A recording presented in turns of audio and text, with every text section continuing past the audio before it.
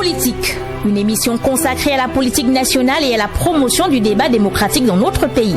Gabon politique, c'est tous les mardis à 10h15, rediffusé le même jour à 20h et le jeudi à 15h15 sur Radio Gabon. Une présentation de Landry Boudjongo et Nelly Moutsogo.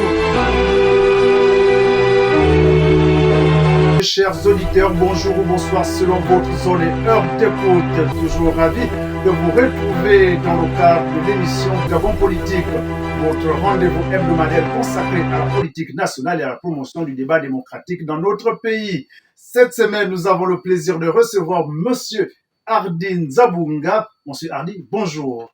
Bonjour.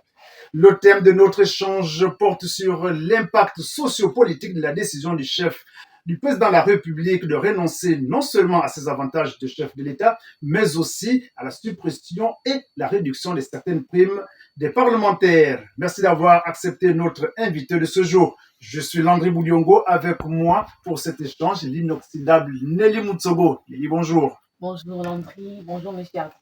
Bonjour madame. Avant de lancer le débat, disons que l'émission Gabon Politique se veut une tribune de liberté et d'opinion que Radio Gabon, la chaîne nationale, offre à toutes les forces vives de notre pays, sans distinction de camp ou d'idéologie politique. Le but est de permettre à chaque acteur de présenter, de défendre et partager sa vision de développement de notre société. C'est un échange constructif et courtois, des questions sans complaisance pour des sujets sans tabou. Car, comme le dit notre confrère Albert Londres, journaliste français, notre métier n'est pas de faire plaisir, non pas de faire du tort, il est de porter la plume dans la plaie. Une réaction à ce niveau.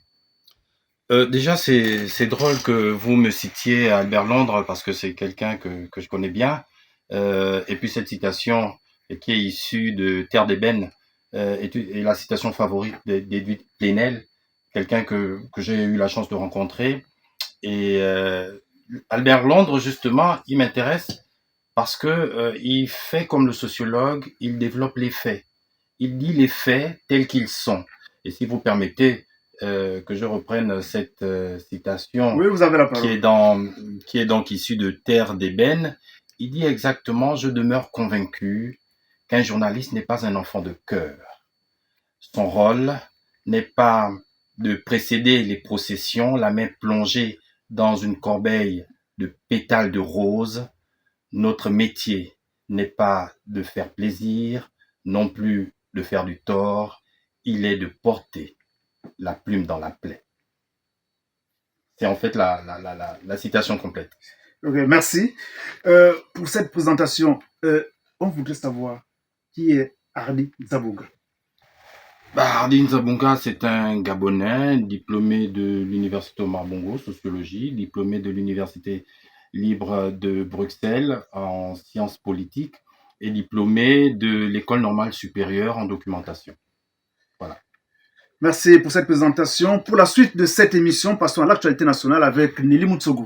Monsieur Hardy, oui. Alors nous allons maintenant tourner vers l'actualité. En ce moment d'ailleurs, le président de la transition, le général Brice Oligui Nguema, était ce lundi matin au lycée Nelson Mandela pour la levée des couleurs. Cet établissement qui s'était illustré d'ailleurs récemment, qui a défrayé la chronique par cette vidéo qui a circulé sur les réseaux sociaux, vidéo montrant des élèves qui déformaient les paroles de l'hymne national.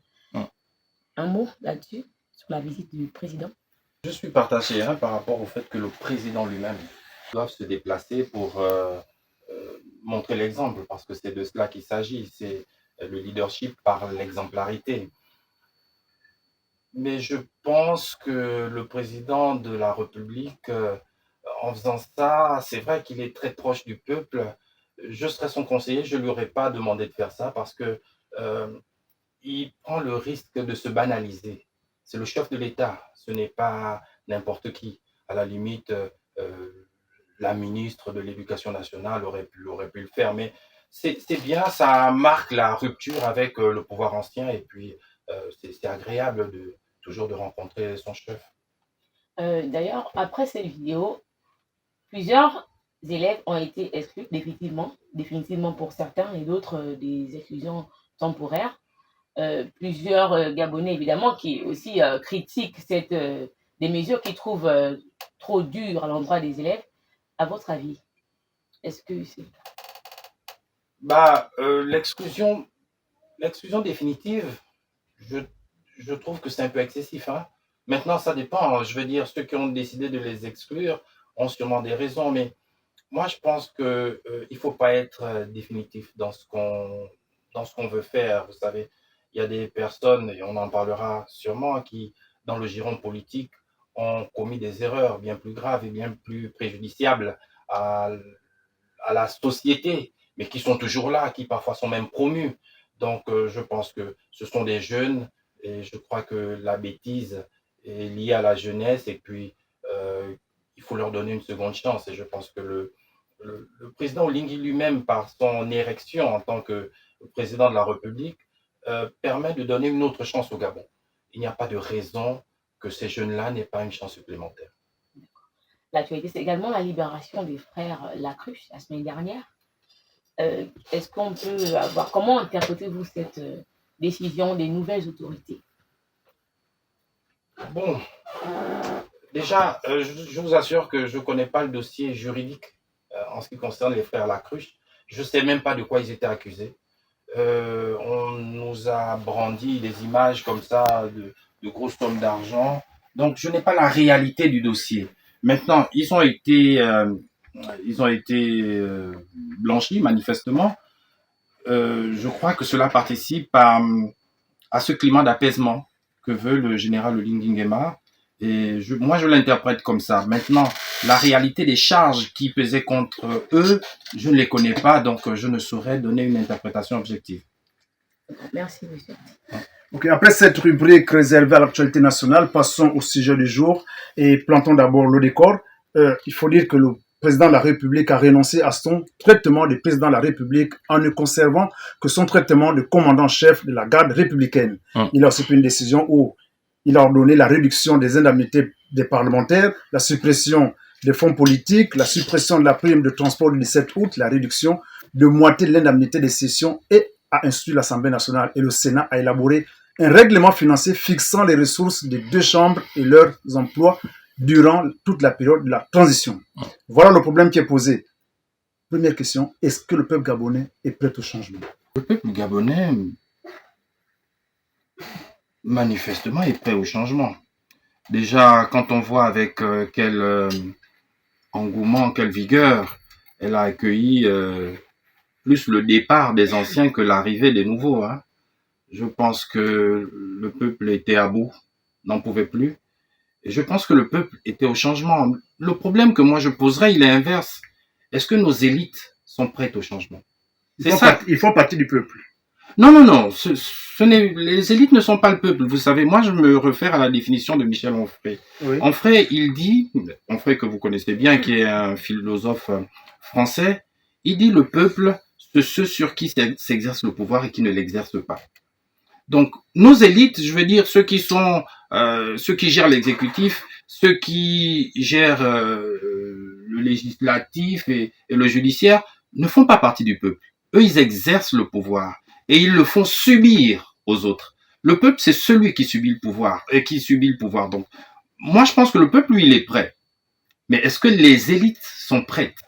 Est-ce qu'elles sont prêtes au changement non seulement cosmétique, parce qu'il y a des changements cosmétiques, mais au changement structurel en réalité, à la fois dans les mentalités, à la fois dans les pratiques, à la fois dans les personnes aussi. Peut-être on en parlera. Un changement dans les personnes, dans la mesure où certains ont montré leurs limites, ce serait pas de refus, non?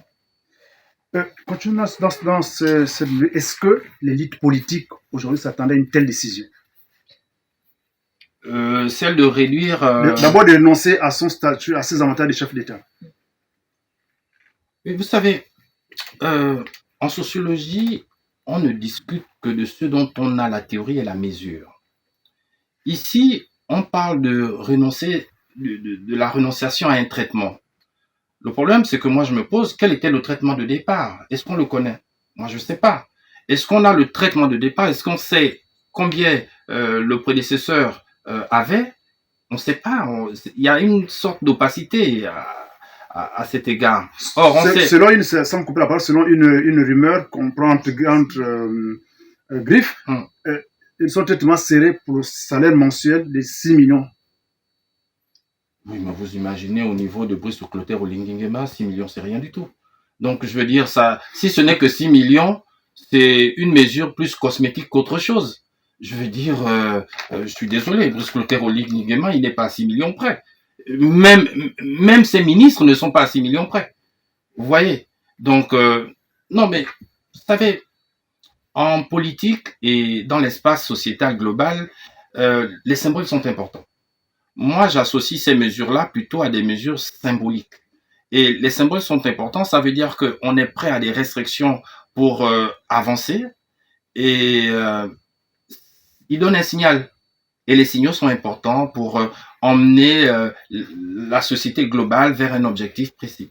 Aujourd'hui, lorsqu'on fait un peu la sommation, si on dit, c'est environ 4 primes au niveau des parlementaires. C'est l'indemnité parlementaire, qu'on ne connaît pas, la suppression des fonds politiques, la suppression de la prime de transport du 7 août, la réduction de moitié de l'indemnité de session. On est pour la plupart surpris de savoir que cette prime existait alors que les parlementaires vous disaient autre chose. Mais ce qu'on voulait savoir ici, pourquoi avoir choisi le Parlement? La réalité, c'est ce désir d'exemplarité, en fait. Comme je vous ai dit, les parlementaires ne sont pas le peuple, parce que c'est l'élite.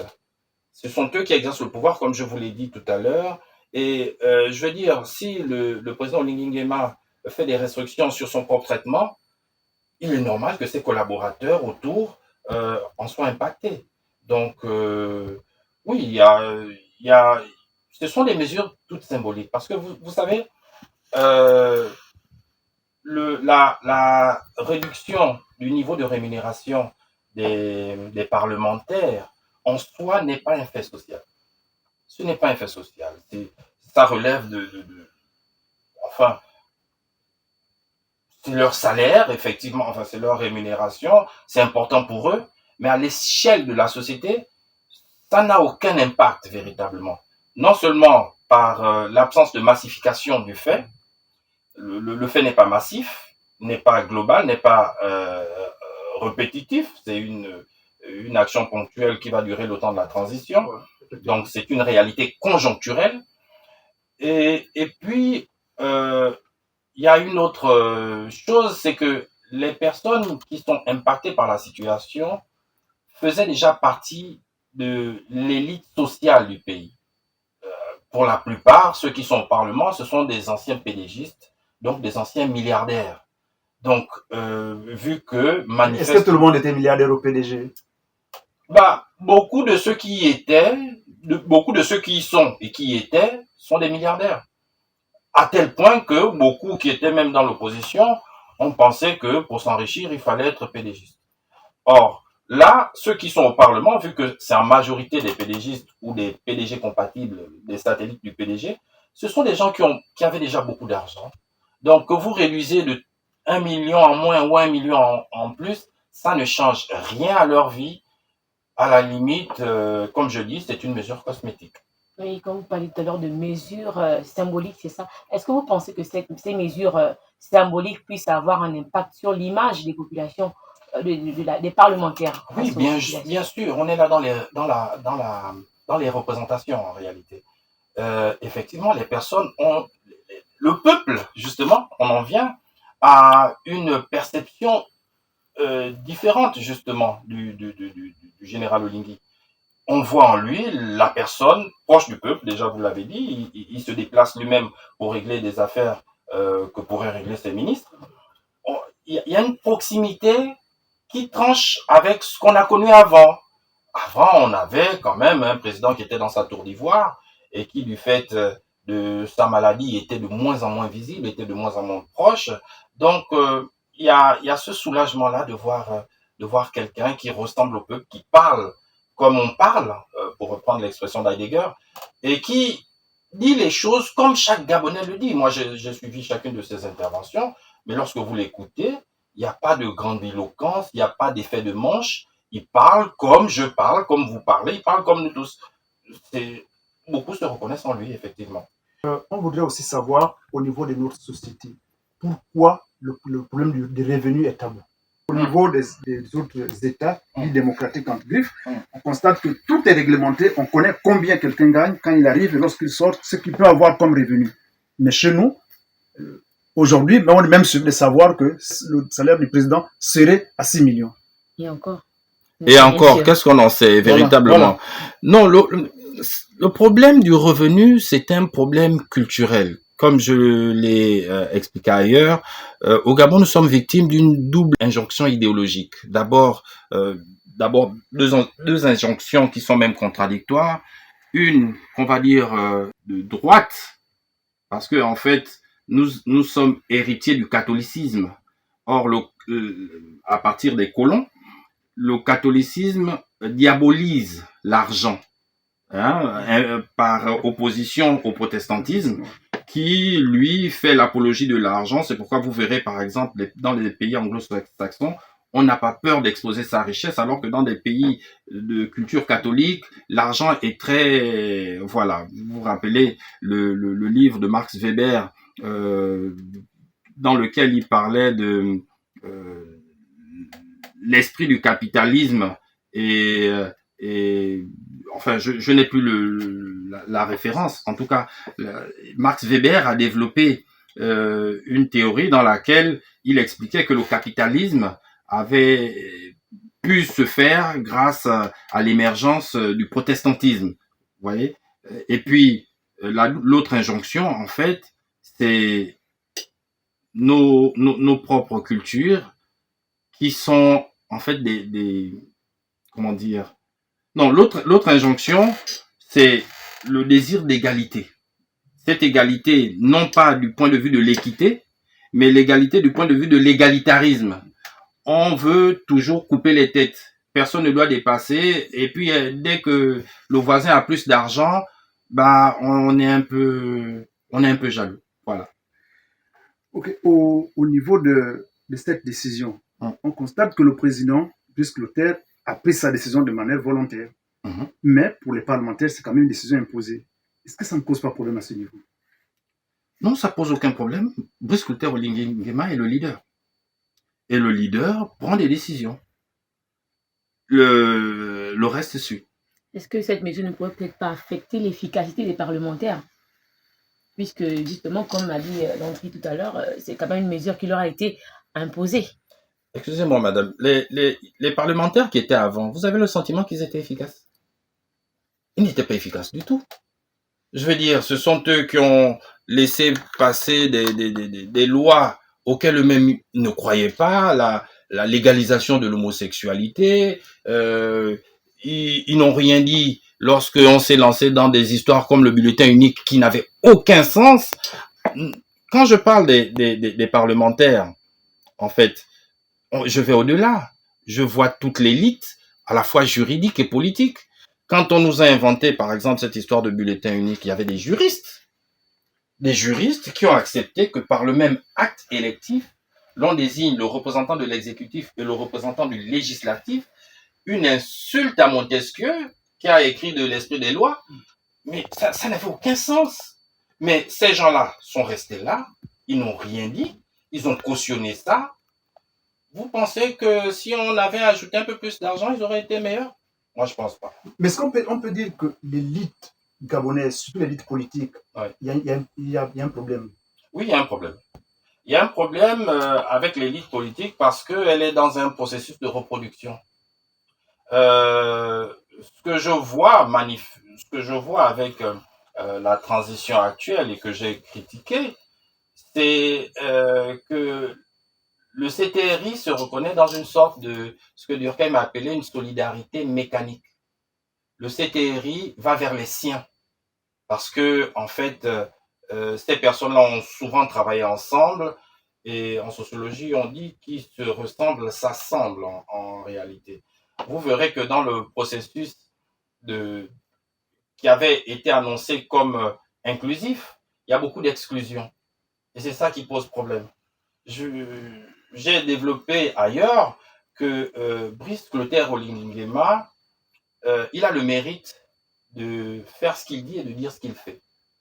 Il y en a qui ont cru que le 30 août 2023 était l'équivalent du 14 juillet 1789 en France. Mais ce n'est pas le cas. Parce que dès le début, dès les premiers jours, il s'est mis en place le CTRI. Et le CTRI, le R, c'est pas révolution. Le R, c'est restauration. Donc, il faut peut-être savoir ce que c'est que la restauration. Peut-être c'est à ce niveau-là qu'on n'a pas vu les choses venir. La restauration, qu'est-ce que c'est? La restauration, c'est une période politique qu'on a bien connue en France, qui part de 1815, après Waterloo, jusqu'en 1848, après l'échéance de Louis-Philippe d'Orléans. La restauration, c'est le retour des rois. C'est lorsque Napoléon est vaincu, Louis XVIII, le frère de Louis XVI, revient au pouvoir. À sa mort, c'est Charles X qui prend le pouvoir, et à la mort de Charles X, c'est leur cousin Louis-Philippe d'Orléans. Et c'est une période qui dure 33 ans. Vous voyez? Donc, ce n'est pas la révolution. Et ça se manifeste là avec Brice Clotaire Olinguema, en ceci que lorsque vous regardez l'équipe exécutive, lorsque vous regardez les parlementaires, en général, ce sont des PDG. Et puis, des opposants, ceux qui étaient déjà en opposition avec Omar Bongo à l'époque, puisque pour moi, Olinguema, c'est Omar Bongo, c'est le retour d'Omar Bongo. Ceux qui étaient déjà en opposition avec Omar Bongo sont exclus. Je vous citerai des gens comme Éric Moronguema du Morena, exclu. Je vous citerai Mwang Mabik, Victor, exclu. Mwang Bading, effectivement, exclu de la transition.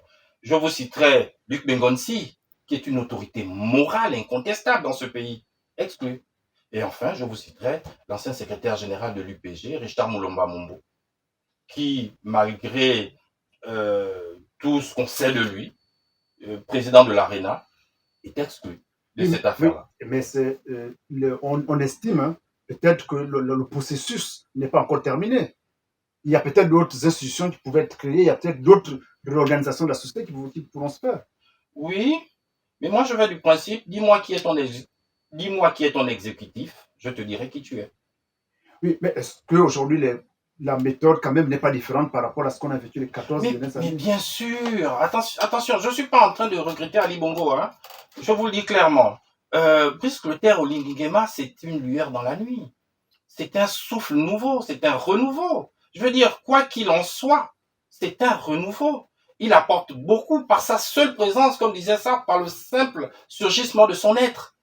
Il apporte beaucoup aux Gabonais. Ne serait-ce que le fait de pouvoir à nouveau rêver. Brice Clotaire Olinguema permet désormais de rêver. Parce que durant 14 ans, on ne rêvait plus.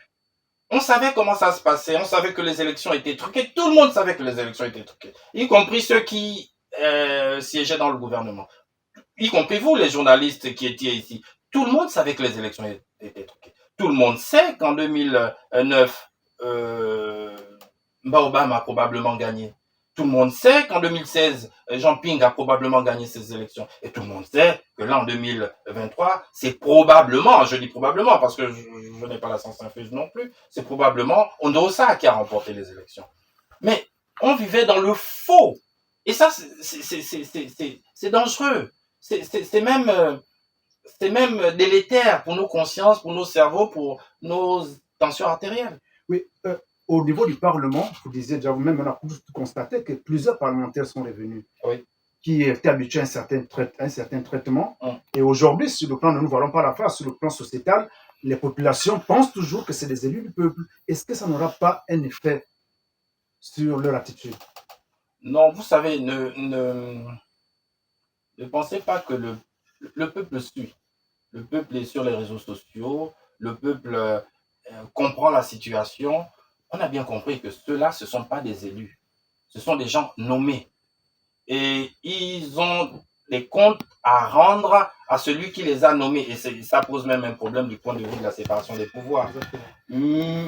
on a vu une députée qui a été nommée, 2 jours après a été démise, a été remplacée par Richelle Boukando. Donc, ce sont pas des élus. Et le peuple sait. Et c'est pour ça que le peuple fait preuve de patience. Et je pense pas qu'on leur demandera quoi que ce soit parce qu'ils n'ont pas de circonscription électorale, ces gens-là. Oui, mais le problème, c'est que la réalité, quand même, au Gabon, ne nous voilons pas la face. Ces députés, qu'on le veuille ou non, participent quand même à l'aide, apporter de l'aide à plusieurs de nos concitoyens. Mais c'est justement à ce niveau qu'il faudra faire une rupture paradigmatique. Il faudra penser autrement. Les paradigmes ont changé. Le député qui apporte les cuisses de poulet, à un moment, ça doit changer. Parce qu'en réalité, qu'est-ce que c'est? C'était de la corruption. C'est d'ailleurs étonnant que dans ce pays, jamais personne ne soit allé en prison pour avoir truqué des élections, pour avoir corrompu des électeurs. Ça devrait nous interpeller. Normalement, on voit des gens qui vont en prison parce qu'ils ont volé. On voit des gens qui vont en prison pour une boîte de sardines. Mais jamais vous ne verrez celui qui a truqué les élections aller en prison. Mais est-ce qu'on ne peut pas dire que le régime d'exception est celui qui est tombé le 30 août? Non, bon, déjà parce que le régime d'exception, c'est une réalité juridique encadrée par la Constitution. On va pas dire que c'est un régime d'exception. Moi, je pense que c'est simplement une page noire de l'histoire du Gabon. C'est 14 ans tristes en réalité. À la limite, je dirais qu'effectivement, la situation de crise, c'est la situation des 14 ans qu'on a vécu. Voilà, c'était une situation de crise, une situation dans laquelle les Gabonais ne se parlaient pas, une situation, ça s'est amplifié encore en 2016, je veux dire de 2016 en 2023, le pouvoir s'est comporté comme un gang en réalité. Il y avait des Gabonais qui n'étaient pas d'accord avec eux, qui étaient exclus de tout. Et puis, il y avait ceux qui étaient d'accord avec eux, ceux qu'on a appelés les kounabélistes, qu'on retrouve aujourd'hui à l'Assemblée nationale, malheureusement. Et ils ont fonctionné comme ça. Donc, effectivement, c'est 14 ans tristes pour l'histoire du Gabon lorsque les historiens vont se pencher sur cette affaire-là. Oui, revenons-en sur l'affaire des cuisses de poule. Mais ça, c'était en période électorale. Mais en période normale, ces députés étaient souvent présents. Est-ce que c'est... Parce qu'aujourd'hui, avec cette décision de réduction, les gens trouveront des raisons, par exemple, pour réduire également de l'aide aussi à la base. Mais est-ce qu'on ne sont pas allés plus vite en besogne? Non. Il n'y a pas un élément de substitution. En réalité, il faut comme je dis, il faut qu'on change de paradigme. Il faut qu'on sache ce que c'est qu'un député. Un député, c'est pas un maire. Un député, il a un rôle particulier, celui de veiller de contrôler l'action du gouvernement, de voter les lois, de consentir à l'impôt. C'est ça le rôle du député. Et en fait, on a tellement perverti les choses. Avec ce qui s'est passé durant ces dernières années, on a été dans ce que George Orwell appelle la novlangue. On a pris les mots, on les a vidés de leur contenu sémantique et on leur a donné une autre signification. Le député, ce n'est pas ça. À la limite, le maire, c'est lui l'élu de proximité. Mais le député, il n'est pas élu d'une circonscription précise, il est élu de la nation. Et les lois qu'il fait ont une portée nationale. Et il importe que désormais, les personnes comprennent ça. Et les personnes doivent comprendre que on est passé de l'autre côté du miroir. Ce n'est plus les histoires de oye oye. J'espère. Moi, j'espère qu'on est passé de l'autre côté du miroir. Parce que quand je vois revenir les mêmes kounabélistes, moi, ça m'inquiète. Oui, mais peut-être que comme le contexte a changé, peut-être que les mentalités aussi devraient changer. Oui, justement, c'est ce que je dis. Les mentalités devraient changer. C'est d'ailleurs ce qui me permet d'être avec vous ici. On peut désormais critiquer tranquillement. Je pense pas que le CTRI va m'envoyer un Iveco. On critique tranquillement, de manière constructive. C'est ça le changement de mentalité. On peut dire les choses, on peut se dire les choses. C'est ça comment dire, ce qu'on appelle la volonté générale, le pacte républicain. Oui.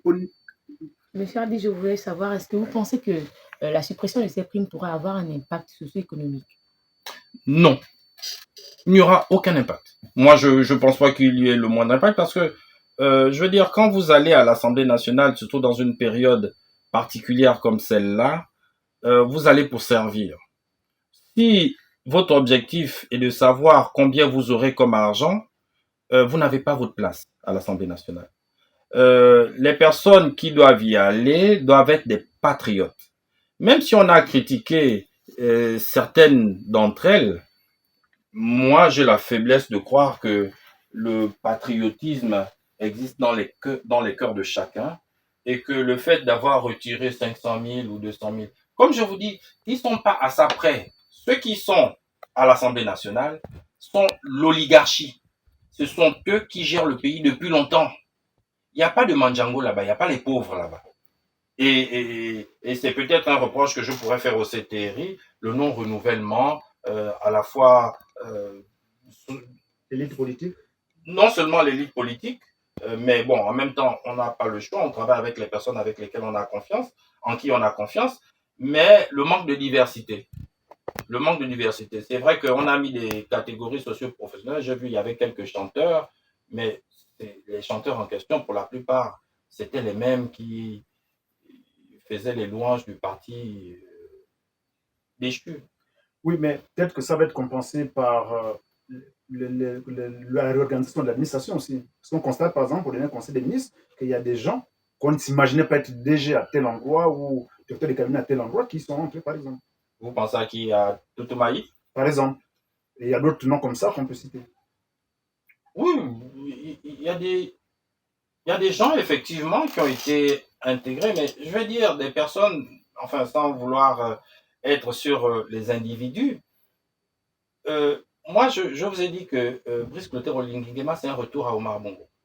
C'est quelqu'un qui fait l'inclusion des pédégistes des deux bords.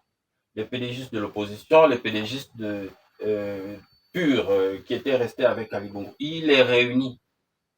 Et en cela, Jean-Gaspard Toutoumai, je ne sais pas si c'est pas un ancien pédégiste, mais en tout cas, il est du parti de Madame Istanbul, qui, elle, effectivement, est une ancienne pédégiste. C'est l'union des anciens pédégistes, en réalité, la transition.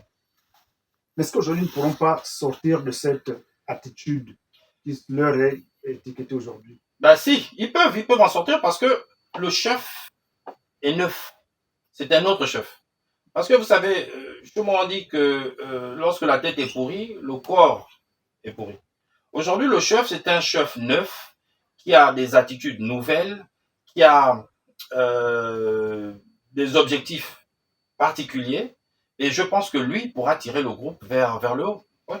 Oui, revenons à une partie de la question de Nelly. C'était sur l'impact socio-économique. Ouais. C'est quand même des milliards qu'on engage en réduisant les primes des députés. Est-ce que là, ça ne peut pas apporter quelque chose? C'est pour réduire les inégalités. Vous savez, à l'échelle macroéconomique, j'ai appris que 1 milliard, ça fait pas grand-chose. Hein. 1 milliard, ça fait pas grand-chose. C'est quand même quelque chose. Oui, c'est quand même quelque chose. Pour nous, je vais dire, vous et moi, si on nous donne ça, on sera bien contents. Mais à l'échelle de la société globale, vous faites pas grand-chose avec 1 milliard. À la limite, vous allez faire 2-3 écoles. Mais avoir un impact sur la société, il faut bien plus que ça. C'est plus des mesures symboliques qu'autre chose. Oui, mais on ne peut pas quand même spéculer que cette décision peut aussi amener peut-être le président à vouloir faire passer facilement ses lois à l'Assemblée. Est-ce qu'on peut remettre cet argent autrement? On a bien vécu ça dans les législatives passées. En fait, vous êtes en train de me demander si la réduction de la rémunération ne pourrait pas être un levier de pression sur les députés? Par exemple. Bah, dans la situation actuelle, le président Brice Oligui Nguema n'a pas besoin de levier de pression. Ces gens-là, il les a choisis. Ils lui sont redevables. Vous savez, lorsque je faisais mes études de sociologie, je suis tombé sur un livre de Marcel Mauss. Marcel Mauss, il a fait une étude sur le potlatch. Le potlatch, en fait, c'est un système dans lequel, à l'intérieur des sociétés traditionnelles, il y a une obligation de donner. Et l'obligation de donner induit nécessairement l'obligation de recevoir et l'obligation de rendre. Donc, c'est des personnes qui lui sont redevables et qui, non, ça m'étonnerait qu'il lui oppose quoi que ce soit. Donc, ça veut dire qu'aujourd'hui, le problème de l'objectivité se pose toujours à l'Assemblée nationale et au Sénat. Oui, l'Assemblée ne peut pas être objective parce que là, il n'y a pas de séparation de pouvoir du tout. Je veux dire, lorsque je vous nomme, vous me devez tout. Il n'y a pas de séparation de pouvoir. À la limite, vous savez, toute comparaison étant égale par ailleurs, on est un peu dans la situation de Rome en 45 avant Jésus-Christ, lorsque Jules César avait demandé au Sénat de lui conférer tous les pouvoirs. Il se faisait appeler dictateur. C'était un rôle prescrit par l'organisation de Rome à cette époque-là. Donc Jules César avait pris tous les pouvoirs et il décidait de tout. La situation dans laquelle nous sommes ressemble un peu à ça. Mais Jardy, moi j'aimerais savoir, est-ce que vous pensez qu'il serait bien de prendre cette décision, d'étendre cette décision à une certaine catégorie de fonctionnaires ou de représentants politiques? La suppression de certaines primes. La suppression de primes. Oui, mais il y en a qui ont des primes exorbitantes que vous n'imaginez même pas. Je veux dire, dans certaines régies financières, les primes sont supérieures au salaire. Vous voyez, c'est des choses, je ne sais pas si c'est encadré par des lois précises, mais on fait tous les mêmes études. On voit nos amis douaniers, nos amis des impôts. Souvent, ils ont 3, 4, 6 villas. Et nous, avec nos maigres salaires, on se demande comment on ferait pour arriver à ce niveau-là. Donc, moi, je pense qu'il faut encadrer un certain nombre de choses. Il faut un peu plus d'équité. Parce que vous, comme l'agent des douanes, vous travaillez. Donc, parfois, physiquement, vous en faites un peu plus. Mais vous n'avez pas le même niveau de rémunération. Parfois, ça va du simple au quadruple, voire plus. Donc, il faut encadrer tout ça, bien sûr. Monsieur Hardy Zabunga, le temps nous presse. Votre mot de fin. Moi, je vais vous dire que malgré toutes les critiques que je fais au CTRI, j'ai foi à Brice Clotaire Olingi Nguema. Je souhaite simplement qu'à la fin, on ne donne pas raison à ce passage de la Bible, l'Ecclésiaste, qui dit « Ce qui fut, cela sera, ce qui s'est fait se refera, il n'y a rien de nouveau sous le soleil ». Auditeurs de Radio Gabon, c'est la fin de cette émission Gabon Politique mise en onde par Wilfred Nzo sur la supervision générale de Claudette Eoré. Merci de nous avoir suivis. On se retrouve la semaine prochaine avec un nouvel invité, un nouveau thème pour le programme de Radio Gabon.